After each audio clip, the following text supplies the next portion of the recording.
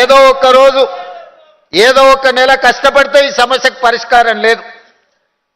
నిరంతరం అప్రమత్తంగా ఉండి మన సమస్యల్ని మనం అర్థం చేసుకొని ముందుకు వెళ్ళాలి. అదేవిధంగా మిత్రులారా, మీరందరు ప్రభుత్వ ఉద్యోగులు. ఈ ప్రభుత్వానికి కళ్ళైనా చెవులైనా బ్రాండ్ అంబాసిడర్లైనా నా ప్రభుత్వ ఉద్యోగులే. నేను పదే పదే చెప్తా ఉన్నా.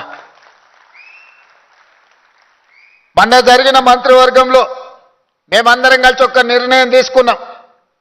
ప్రజాపాలన ప్రగతి ప్రణాళిక కార్యక్రమం 99 రోజుల కార్యాచరణ కార్యక్రమాన్ని తీసుకున్నాం.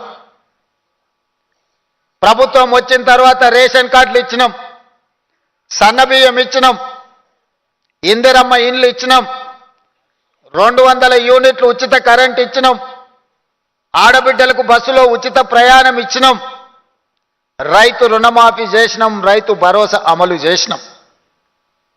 అందరికీ వచ్చిందా రాలేదా అంటే నాకు తెలీదు. మీరిచ్చిన సమాచారమే నాకున్న సమాచారం. ఇవాళ మీ అందరికీ నా విజ్ఞప్తి ఒకటే, ఏ పేదవాడికి కూడా నాకు రేషన్ కార్డు లేదు అని బాధపడొద్దు. ప్రతి పేదవాడికి, చివరి పేదవాడి వరకు రేషన్ కార్డు అందాలి అంటే మీరు కష్టపడి వాళ్ళకి అందించాలి.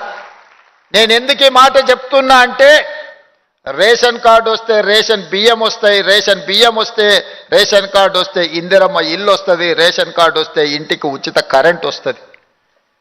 ఇవాళ రేషన్ కార్డు కోసమైనా, సన్న బియ్యం కోసమైనా, ఇందిరమ్మ ఇల్లు కోసమైనా, 200 యూనిట్లు ఉచిత కరెంటు కోసమైనా ఎవరు ఎదురు చూస్తున్నారయ్యా అంటే అత్యధికంగా మీ జాతి బిడ్డలే ఎదురు చూస్తున్నారు. వాళ్ళకో వీళ్ళకో ఇతర ఆధారం ఉంది. ఏ ఆధారం లేని జాతి ఈరోజు ఇంకా సమాజంలో అత్యంత వెనుకబాటుతనాన్ని అనుభవిస్తున్నది మీ జాతి. మీరు బాధ్యతతో వ్యవహరిస్తే వాళ్లకు న్యాయం జరుగుతుంది. మీరు 99 రోజులు ఒక దీక్షలాగా చేస్తే మీ జాతికి ప్రత్యక్షంగా పరోక్షంగా మీరు మేలు చేసిన వాళ్ళు అవుతారు. అందుకే ఈ ప్రగతి ప్రణాళికలో ఏ ఒక్కరోజు కూడా నిర్లక్ష్యంగా ఉండకండి. మీ ఒక్కరోజు నిర్లక్ష్యం ఒక 10 దళిత కుటుంబాలకు న్యాయం జరగకపోవచ్చు. అందుకే ఈనాడు ఈ ప్రణాళిక తెచ్చింది. ఈ ప్రభుత్వం ముందుకు వెళ్తున్నది ఈ జాతికి మేలు చెయ్యడానికే. ముఖ్యంగా దళితులకు, గిరిజనులకు, ఆదివాసీలకు, వెనుకబడిన బలహీన వర్గాల కోసం సంక్షేమాన్ని, అభివృద్ధి ఫలాలను అందించాలని ఈనాడు మా ప్రభుత్వము చిత్తశుద్ధితో ప్రయత్నం చేస్తుంది. ఆర్థిక సమస్యలు ఉన్నాయి. రిటైర్మెంట్ ఉద్యోగస్తుల బెనిఫిట్స్ ఇవ్వడానికి కూడా ఖజానా ఖాళీగా ఉంది. ప్రతి నెల 1000 మంది ఉద్యోగులు ఈరోజు యావరేజ్గా రిటైర్ అవుతున్నారు. ఒక ప్రభుత్వ ఉద్యోగి రిటైర్ అవుతున్నాడంటే రిటైర్మెంట్ బెనిఫిట్స్ 1 కోటి రూపాయలు దాదాపుగా చెల్లించాల్సిన పరిస్థితి.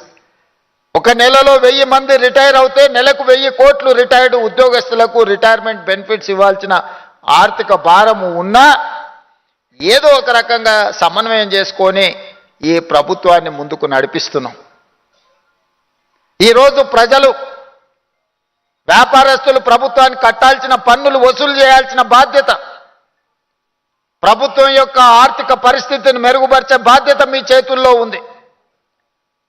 మీరు పన్నులు సక్రమంగా వసూలు చేసి అక్రమార్కుల పట్ల కఠినంగా వ్యవహరించి ఖజానాను నింపితే అది తిరిగి పేదల సంక్షేమానికే ఖర్చు పెట్టే ఈ ప్రభుత్వం ఈరోజు అధికారంలో ఉంది. మీరు కష్టపడి